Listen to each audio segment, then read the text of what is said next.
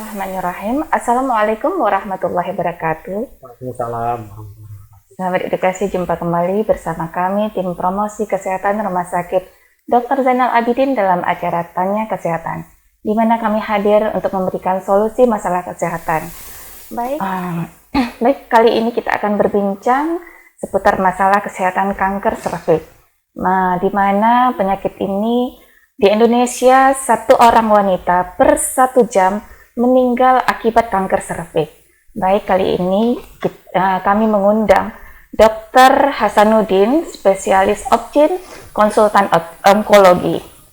Beliau adalah salah seorang dokter spesialis terbaik yang dimiliki oleh Rumah Sakit Dr. Zainal Abidin. Baik, mari kita langsung menyapa Dr. Hasanuddin. Assalamualaikum, Dok. Waalaikumsalam warahmatullahi wabarakatuh. Tetap sehat ya, Dok, di masa pandemi? Insya Allah, alhamdulillah sehat. Baik, Dokter, kalau kita berbicara masalah kanker serviks, bisa nggak, Dok, dijelaskan bagaimana sistem reproduksi wanita sebenarnya? Baik. Jadi kanker serviks itu adalah kanker yang secara primer itu mengenai organ reproduksi, khususnya pada mulut rahim. Kita tahu bahwa organ reproduksi wanita itu terdiri dari rahim, kemudian kedua hidung telur kiri kanan, kemudian rahim itu sendiri terbagi dari badan rahim, ya, kemudian puncak rahim atau korpus, kemudian ada mulut rahim. Sebagian orang menyebutkan itu sama seperti leher rahim, ya. Sehingga kanker serviks itu nama lainnya adalah kanker leher rahim. Nah, yang menarik adalah bahwa kanker serviks ini sebetulnya bisa dicegah, berbeda dengan kanker yang lain, karena etiologinya atau penyebab utamanya sudah diketahui bahwa kanker serviks ini penyebabnya adalah virus, nama virusnya HPV. Jadi bisa dicegah. Nah, berarti mudah dalam pencegahannya, Dok? Betul. Ya. Jadi bagaimana mencegah kanker serviks ini, ya? Para ahli membagi secara umum, ya, dia membagi pencegahan ini untuk memudahkan pasien itu mengingat, ya, juga memudahkan kita dalam bekerja. Jadi pencegahannya dibagi 2, ada namanya pencegahan primer, ada namanya pencegahan sekunder. Nah, kalau pencegahan primer berarti adalah dicegah dengan pemberian vaksin. Jadi vaksinasi yang diberikan adalah vaksinasi HPV, sehingga kalau suatu saat ada virus itu masuk ke badan dari wanita tersebut, dia tidak akan jadi masalah. Itu namanya pencegahan primer. Sebaliknya ada pencegahan sekunder, ya. Kalau pencegahan sekunder itu caranya adalah mencari atau mendeteksi dini kasus-kasus kanker serviks, misalnya dengan pap smear, dengan pemeriksaan IVA atau infeksi visual asetat, bisa juga dengan langsung memeriksa DNA dari HPV itu, ya, bisa dengan PCR, ya, bisa dengan hybrid capture atau HB, ya. Jadi itu pencegahan yang sekunder. Ada lagi sebutnya pencegahan yang sifatnya tertier. Jadi kita sudah ketemu pasien yang sudah kena kanker serviks. Apakah dia sudah stadium 1, apa dia stadium 2, ini secepatnya kita obati, secepatnya kita operasi, cepatnya kita sunat. Tujuannya mencegah kematian. Ini sebetulnya sudah lambat, ya. Ini sudah termasuk pencegahan yang tertier. Berbicara tadi masalah penyebabnya disebabkan oleh virus HPV tadi, Dokter, berarti ini sejenis virus. Betul. Itu apakah disebabkan oleh apa, Dokter, sehingga virus itu bisa masuk dan duduk di serviks? Ya. Jadi dari penelitian yang ada, ternyata memang kanker serviks itu disebabkan oleh virus HPV itu sebanyak 99,7%. Jadi sekali, ya. Hanya 0,3% yang kita nggak tahu penyebabnya, ya.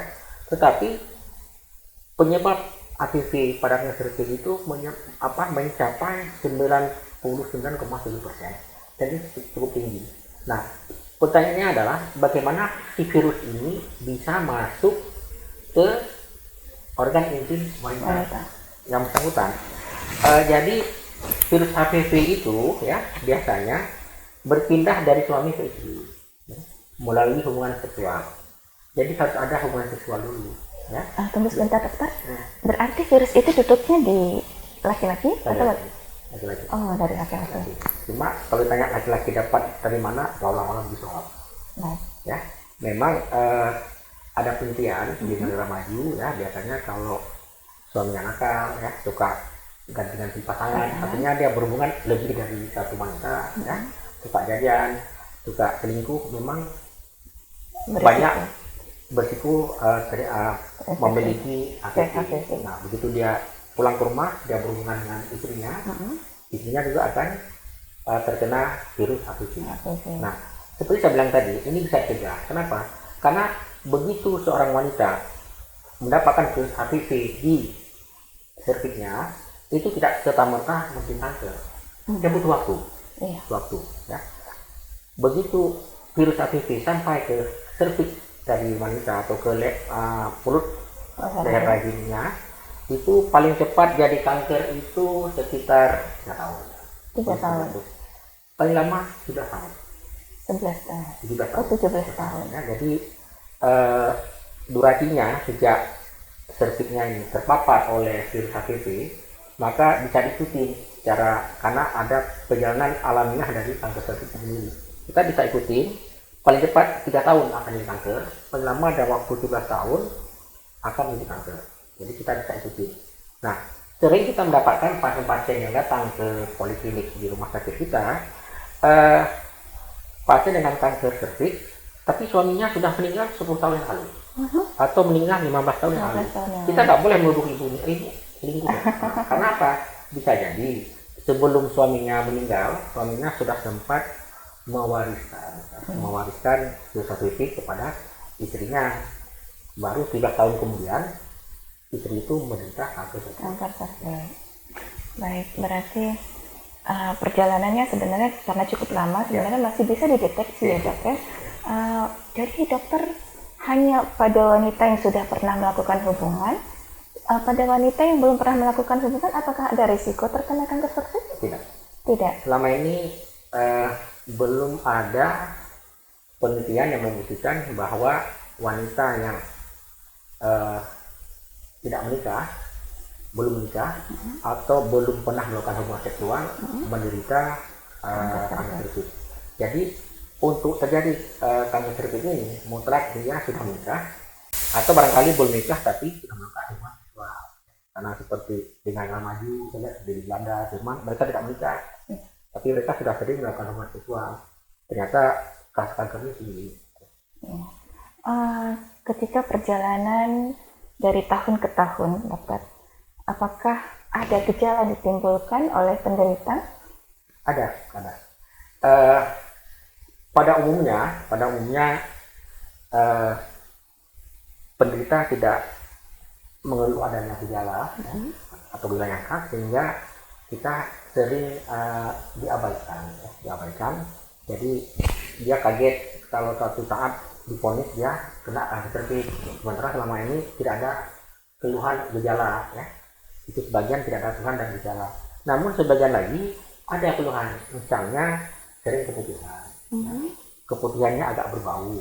Kemudian kalau dia masih memiliki suami ya, pada saat melakukan hubungan sesama itu sering terjadi pendarahan. Kita sebut dengan pendarahan pasca sesama. Itu pendarahannya sejenis flek atau berdarah seperti haid, dok? Biasanya sejenis flek ya. Flek. Cuma dia berdarah pada saat melakukan hubungan. Jadi istilahnya kontak fisik ya. Atau kalau dia datang ke poli ya, kemudian kita periksa, maka kita periksa dalam, kita celuk dengan tangan, ini akan berdarah. Jadi kenapa bisa berdarah? Karena pada rahimnya ini sudah mulai jadi luka, kemudian situ juga ada muncul tumbuh semacam daging ya, yang disebut dalam ilmu kedokteran itu suatu massa eksofitik. Itu bentuknya mirip seperti cecer ayam jagung. Seperti bidang kecil enggak juga, tapi di rahimnya itu muncul suatu benjolan seperti ini, daging tumbuh ya, daging tumbuh seperti kejar ayam, Itu atau membesar atau tidak, Dok? dia makin lama membesar. makin Ada juga yang mengatakan mirip seperti ini bunga kol itu ya, solila flower ya. Jadi itu biasanya kalau sudah berdarah itu biasanya stadiumnya itu sudah stabil lagi. Ya. Ada beberapa pasien bahkan tanpa berhubungan suami istri pun, tanpa melakukan hubungan senggama itu berdarah sendiri. Nah, dan darahnya itu biasanya berbau. Nah, kalau ini sudah terjadi, biasanya kanker cerviknya sudah stadium lanjut. Karena para ahli secara umum membagi kanker ini kan dalam dua stadium ya, stadium awal dan stadium lanjut. Stadium awal itu dia mulai dari stadium 1 sampai stadium 2A ya. Sementara yang lanjut itu 2B sampai 4B. Ya. Jadi itu untuk memudahkan kita dalam mengobati Pengobatan. Baik, jenis keputihan yang harus diwaspadai nih, Dok. Seperti apa tadi? Kalau misalnya jenis keputihan seperti biasa putih seperti itu. Tapi kalau kanker serviks ada khas tersendiri. Betul. Jadi sebetulnya keputihan itu sendiri secara umum kan dibagi dua. Ada yang keputihan sifatnya fisiologis, ya. Ada yang sifatnya patologis. Kalau yang fisiologis biasanya keputihan biasa, ya, tidak begitu banyak, warna masih putih, ya, mungkin agak-agak berlebih seperti ingus, ya. Tapi dia tidak ada keluhan lain, misalnya gatal atau perih, ya, atau nyeri, itu tidak ada. Tapi pada yang patologis, ya, patologis biasanya keputihannya ini sudah berwarna, kadang-kadang berwarna kuning, bisa warna hijau, atau ini keputihannya sudah bercampur darah dan berbau. Nah, jadi kalau sudah itu kita sudah harus waspada, minimal. Berbau seperti apa, Dok? Baunya bau busuk. Kalau kita pernah menyimpan udang yang lama, kan, itu baunya seperti bau udang busuk. Oh, berarti kalau kita duduk berdekatan terasa, Dok? Terasa. Jadi untuk kanker itu memang ada semacam bau yang khas, ya. Kalau kita membaui itu seumur hidup kita tak ingat. Jadi kadang-kadang sebetulnya untuk menekan kanker serviks ini kan mutlak dibutuhkan pemeriksaan histopatologi, ya. Jadi pemeriksaan patologi anatomi. Tapi artinya kita biopsi, kemudian spesimen biopsinya kita kirim ke patologi anatomi untuk keluar diagnosanya. Tapi sebelum keluar diagnosa atau sambil menunggu diagnosa, dari bau itu kita sudah curiga 99% ini mengarah ke khasnya. Iya, ada kemungkinan nggak, Dok, pemakaian pakaian dalam yang bergantian, yang bersamaan, ada kemungkinan nggak kita bisa tertular, Dok? Kemungkinan sangat kecil. Karena kanker serviks itu kan penyebabnya virus HPV. Dia harus ada hostnya. Hostnya itu serviks. Itu pun pada saat pasien itu melakukan hubungan senggama, ya, di mana virus HPV itu dibawa oleh penis ke mulut rahim, itu tidak serta-merta virus itu bisa bercokol di mulut rahim. Dia harus ada semacam luka kecil di mulut rahim. Itulah dia masuk. Ya, jadi istilahnya harus ada nikulesi. Bisa jadi pada senggama itu kan ada luka kecil, ya, atau sebelum masuknya. Atau barangkali sebelum senggama mungkin perempuan itu memang sering keputihan sehingga terjadi cariawan pada mulut rahim, atau bibir rahim, yang disebut dengan erosio, ya. Nah, itu berarti kan ada luka kecil itu.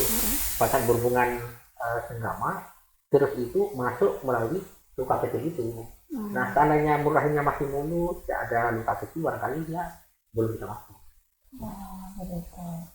Dan berarti kan sebenarnya Allah menciptakan begitu sempurna, ya, Dok, ya.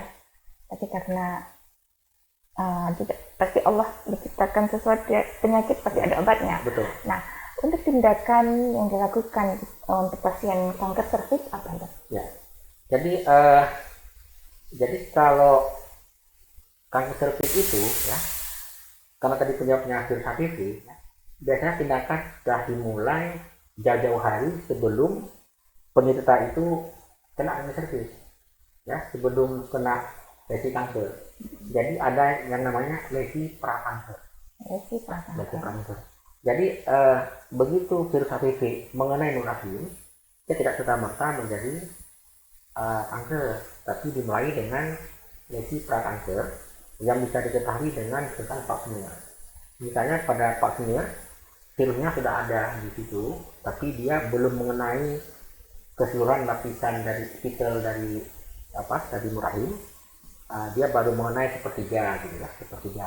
Itu kan dianggap displasia ringan. Berarti itu masih bisa diobati, Dok? Diobati, jadi tidak perlu angkat rahim. Barangkali cukup dengan disposer saja. Disposer itu diapakan? Maksudnya dibakar. Bakar itu ada alat kauterisasi ya. Bisa kita bakar rahimnya. Kalaupun dia misalnya sudah berat ya, bisa kita lakukan dengan konisasi. Jadi ada suatu alat yang kita ambil rahimnya itu bentuk kerucut sehingga virusnya terangkat semua. Namanya konisasi ya. Kalaupun misalnya lebih berat lagi, kita bisa juga melakukan pemotongan rahim, dipotong sedikit, ini terbuang semua deh. Jadi tidak perlu harus korbankan, misal harus angkat rahim. Namanya amputasi serviks. Jadi kayak amputasi kaki, jadi yang diamputasi serviksnya saja. Jadi pasiennya masih punya rahim, masih bisa hamil gitu ya. Masih ada kemungkinan untuk hamil. Tapi kalau dia sudah kena kanker serviks, katakanlah sudah stadium 1A ya, 1B ya, 2A, itu pilihannya memang angkat rahim. Jadi namanya hysterectomy radikal. Radikal itu diambil rahim sampai sepertiga vaginanya, karena biasanya menyebar sampai ke bawah. Untuk stadium 1 sampai 2A kita masih bisa operasi. Dan kalau bisa operasinya berhasil, cukup dengan operasi tanpa harus kita lakukan kemoterapi atau radiasi. Namun kalau dia stadiumnya sudah lewat ya, sudah stadium 2B, 3A, 3B, 4A, 4B, itu tidak bisa lagi kita operasi. Jadi pilihannya hanya kemo dan sinar saja. Biasanya dilakukan kombinasi kemoterapi dengan sinar. Tapi rahimnya tetap tidak diangkat. Jadi tidak akan operasi. Ternyata pada stadium lanjut ini ya, karena dia tidak bisa dioperasi lagi, kan dikasih kemoterapi dengan sinar. Angka kesembuhannya hampir mirip dengan yang operasi tadi. Cuma kenapa pada stadium lanjut kita tidak bisa operasi? Karena dia pertama penyakit sudah menyebar, sudah sampai ke dinding ke dinding fesis ya, ke dinding tulang fesis. Kemudian biasanya rahim pun sudah rapuh, sehingga kalau kita paksa operasi, pada saat nanti kita potong ini vaginanya, kan perahan, kita jahit. Waktu kita jahit itu, setiap kita ikat itu ikatnya lepas, seperti kita jahit tahu. Artinya perahan di meja operasi pasti bisa mengalami resikonya lebih besar. Makanya kita anjurkan ya untuk baik.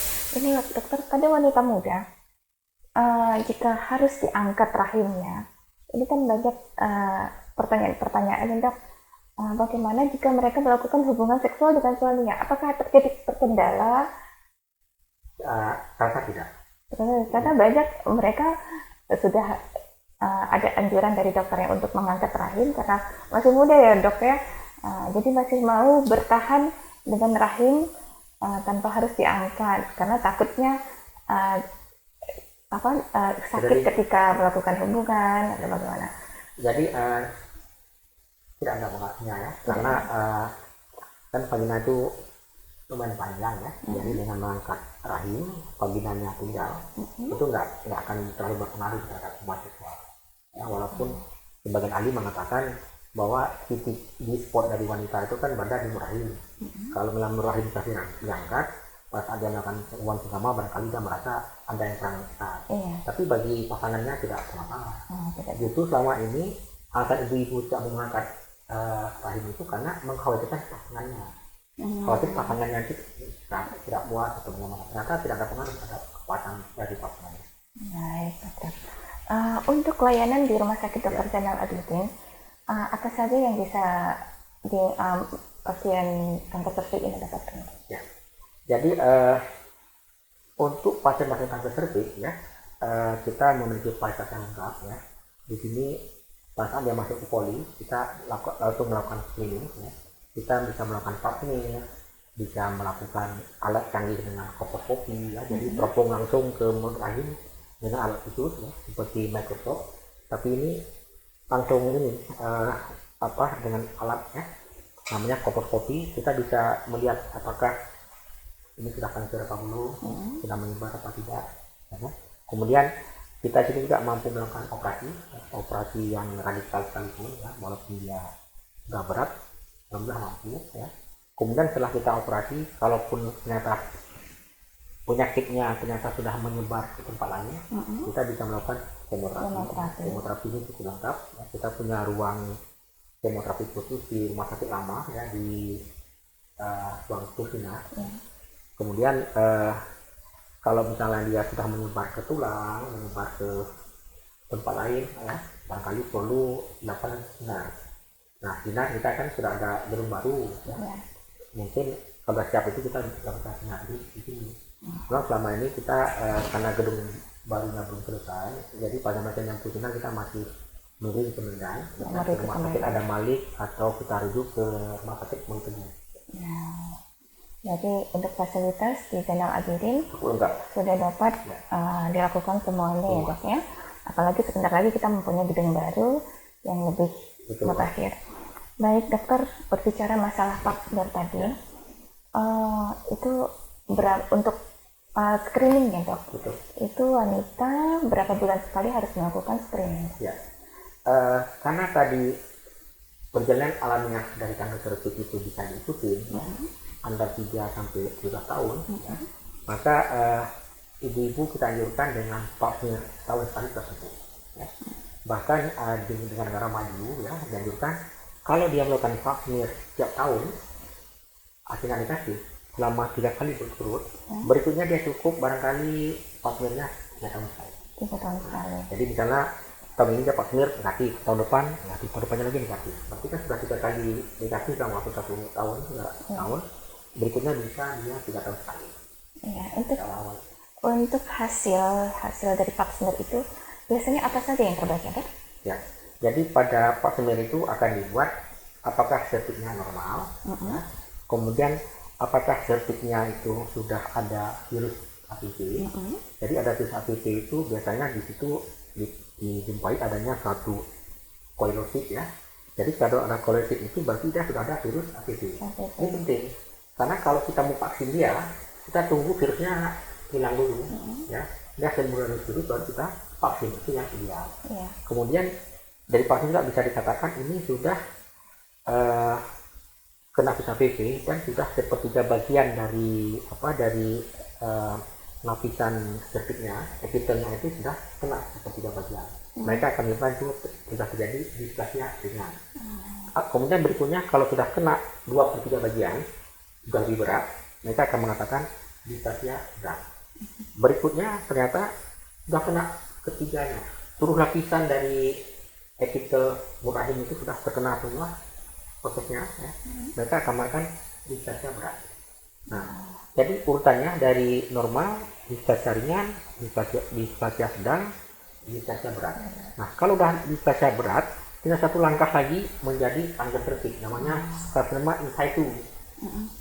Karsinoma in situ itu adalah kanker cervix yang masih ringan, dia belum menembus membran basalis, kata orang patologi anatomi, ya.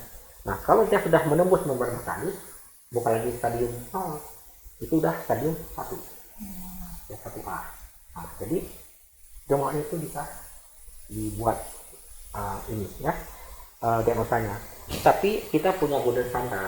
Kadang-kadang pap smear itu sudah salah, ya. Biasanya kalau misalnya dari hasil pap smear dikatakan sudah stadium 1 atau stadium 0, ya, kita akan melakukan pemeriksaan di dalam langsung. Kemudian kita lihat di mulut rahim kalau ada suatu massa atau daging tumbuh yang mencurigakan, kita akan cubit sedikit, namanya biopsi. Biopsi kita kirim ke patologi anatomi. Begitu dia keluar ini jelas ini kanker cervix, baru akhirnya kita terapi. Nah, sebelum kita terapi, kita tentukan dulu stadiumnya. Namanya ini stadium klinis. Kalau istilahnya itu clinical staging, ya. Jadi pas kita lihat itu kalau dia masih stadium awal, ya, masih stadium 1A, 1B, ya, 2A, itu kita akan pasti. Namun kalau misalnya stadiumnya sudah lanjut, sudah 2B, ya, 3A, 3B, 4A, kita akan jelaskan pada pasien bahwa ini stadiumnya sudah lanjut, kita tidak bisa obati. Jadi pilihan terbaik adalah kemo dan sinar. Baru pasiennya kita rujuk ke Medan. Nah, untuk rujuk itu kita akan pihak manajemen akan membuat rujukan langsung ke Medan. Di sana pasiennya juga tidak bayar. Semua gratis. Di Zainal Abidin juga gratis ya dok? Gratis semua. Baik. Untuk pap smear sebenarnya persiapan apa saja yang harus dilakukan perempuan? Nah, jadi untuk pap smear ini karena tujuannya adalah untuk mencari ada nggak sel kanker. Jadi persiapannya itu minimal 3 hari dia tidak melakukan hubungan seksual. 3 hari. Ya. Kemudian selama 3 hari dia tidak memasukkan obat-obat ke dalam vaginanya, ya. Atau larutan. Biasa ibu-ibu suka memasukkan betadine, suka memasukkan daun sirih, ya, untuk maksudnya untuk mengobati mutiara semacam. Ini nggak boleh. Nggak boleh. Kalau pemakaian ventilator bagaimana dok? Nah, itu kalau ventilator itu kan belum terbukti bahwa dia bisa mencegah kanker cervix, ya. Cuma barangkali isu yang berkembang ventilator itu dianggap bisa diklaim bisa untuk mencegah proses kanker cervix. Tapi ini kan masih diperdebatkan karena secara logika dia tidak akan kena kanker cervix kalau tidak ada virus HPV. Nah, kalau ada virus HPV, walaupun ada ventilator kan kena juga. Jadi kalau dia melakukan hubungan seksual, ya, jadi tergantung kondisinya, ya. Nah, untuk vaksin sendiri nih dok, intinya kalau yang namanya vaksin itu kalau menurut saya dok ya, itu bisa ketika imun menurun, Ya. Ketika virus itu masuk berarti ada bentengnya. Betul. Apakah benar dok? Betul. Baik, untuk virus HPV sendiri di usia berapa kita harus melakukan vaksin itu dok? Ya. Jadi memang untuk vaksin itu ya di tiap negara memang agak berbeda polisi, ya. Dulu di Indonesia kan usia 14 tahun katanya sudah boleh divaksin, ya. Kemudian karena di negara maju seperti Belanda, Jerman mereka usia 9 tahun, ya. Kita pun sekarang sudah mulai ada vaksin untuk anak-anak gadis usia 9 tahun sampai 15 tahun sudah divaksin. Berarti muda sebelum melakukan pernikahan, ya. Nah, namun untuk orang-orang yang sudah melakukan hubungan seksual atau sudah menikah, memang diwajibkan untuk divaksin. Divaksin juga. Divaksin. Tapi sebelumnya melakukan pap smear terlebih dahulu ya dok? Betul. Ya? Tapi kalau untuk anak-anak gadis yang usia 9 tahun 14 tahun, mereka kan belum pernah melakukan hubungan seksual. Itu nggak perlu di pap smear, langsung vaksin. Nah, vaksin sendiri ini dia harus dilakukan 3 kali, ya. 3 kali, ya. Nah, misalnya pada wanita yang sudah menikah, sudah melakukan hubungan seksual, setelah dilakukan pap smear negatif, artinya tidak ada virus yang di cervix, langsung akan vaksin. Vaksinnya itu diberikan dengan rumus 016, ya, 016. Artinya misalnya diberikan bulan ini, bulan depan diulangi, 6 bulan lagi diulangi. Oh, 6 bulan ke depan? Ya, dari yang pertama. Berarti ada 8 bulan ya dok ya? 6 bulan tetap. Tetap 6 bulan. Karena rumusnya itu 016. Misalnya kita suntik bulan Januari sekali, Februari sekali, bulan 6 sekali. Oh, bulan 6 sekali, betul. Berarti 4 bulan ke depannya, begitu ya. Baik. Nah, itu pada yang sudah menikah dan sudah pernah melakukan hubungan seksual. Kalau pada anak-anak gadis, ya, yang saya sebutkan tadi, mulai disuntik pada usia 9 sampai 14 tahun, ya, itu cukup 2 kali. Rumusnya 06. Disuntik bulan 12, bulan 6 suntik lagi. Bulan 6 suntik lagi. 6 bulan sekarang. Iya, itu reaksi setelah melakukan vaksin apakah ada dok? Nah, reaksi itu sama seperti reaksi pada vaksin umumnya, ya. Biasanya kadang demam atau tempat dekat ada ruang merah, ya. Sebagian merasa pusing, ya. Paling berat mual, ya. Mual, ada juga yang sakit kepala. Tapi itu sangat tergantung individunya. Jadi berapa persen keunggulannya, Dok? Dikatakan dia memiliki proteksi sampai 90% 90%. dalam waktu 5 tahun. Dan ada penelitian semakin cepat diberikan, semakin tinggi efek proteksinya. Sementara kalau diberikan pada ibu-ibu yang sudah tua, mungkin efek proteksinya itu tidak sebesar pada anak-anak yang diberikan usia 9-14 tahun itu. Ya. Jadi sampai 5 tahun. Sampai 5 tahun bisa diberikan booster. Baik, ini pernyataan terakhir, dokter. Apakah ada pesan dan tips bagi wanita agar terhindar dari kanker tersebut? Ya. Silakan, dokter. Ya, mungkin yang penting adalah supaya ibu-ibu itu hidup sehat. Jadi dalam arti rajin membersihkan organ kewanitaannya, ya. Kemudian harus rajin pap smear, minimal setahun sekali. Ya. Kalau nanti setelah 3 tahun berturut hasilnya negatif, berikutnya bisa 3 tahun sekali. Ya. Saya rasa kemudian juga tentunya banyak mengkonsumsi vitamin-vitamin yang mengandung antioksidan, ya, seperti sayur, buah-buahan, ya, itu juga dianggap mampu untuk sebagai benteng terhadap kanker. Ingat bahwa virus ini bisa sembuh sendiri asal daya tahan tubuh ibu-ibu itu kuat. Untuk itu juga ibu-ibu sangat anjurkan supaya tidak stres, ya. Tetap enjoy dalam menikmati hidup, ya. Jangan lupa sekali harus piknik, ya. Karena piknik ini juga sangat membantu kita untuk fresh kembali, ya. Saya rasa itu. Terima kasih. Baik, dokter, terima kasih atas Ya, sama-sama. Baik, sahabat edukasi, pentingnya deteksi dini kanker serviks melalui pemeriksaan pap smear dan vaksin bagi wanita itu wajib dilakukan baik sebelum melakukan hubungan seksual maupun yang sudah pernah melakukan hubungan seksual. Sangatlah disarankan. Untuk itu, percayakan masalah kesehatan reproduksi Anda pada Rumah Sakit Dr. Zainal Abidin. Terima kasih atas kebersamaannya. Saya, pembawa acara Cek Eka Putri Upit, dan narasumber kita, Dr. Hasan, SPOG, konsultan onkologi. Kami mohon diri. Assalamualaikum warahmatullahi wabarakatuh. Salam sehat, salam edukasi.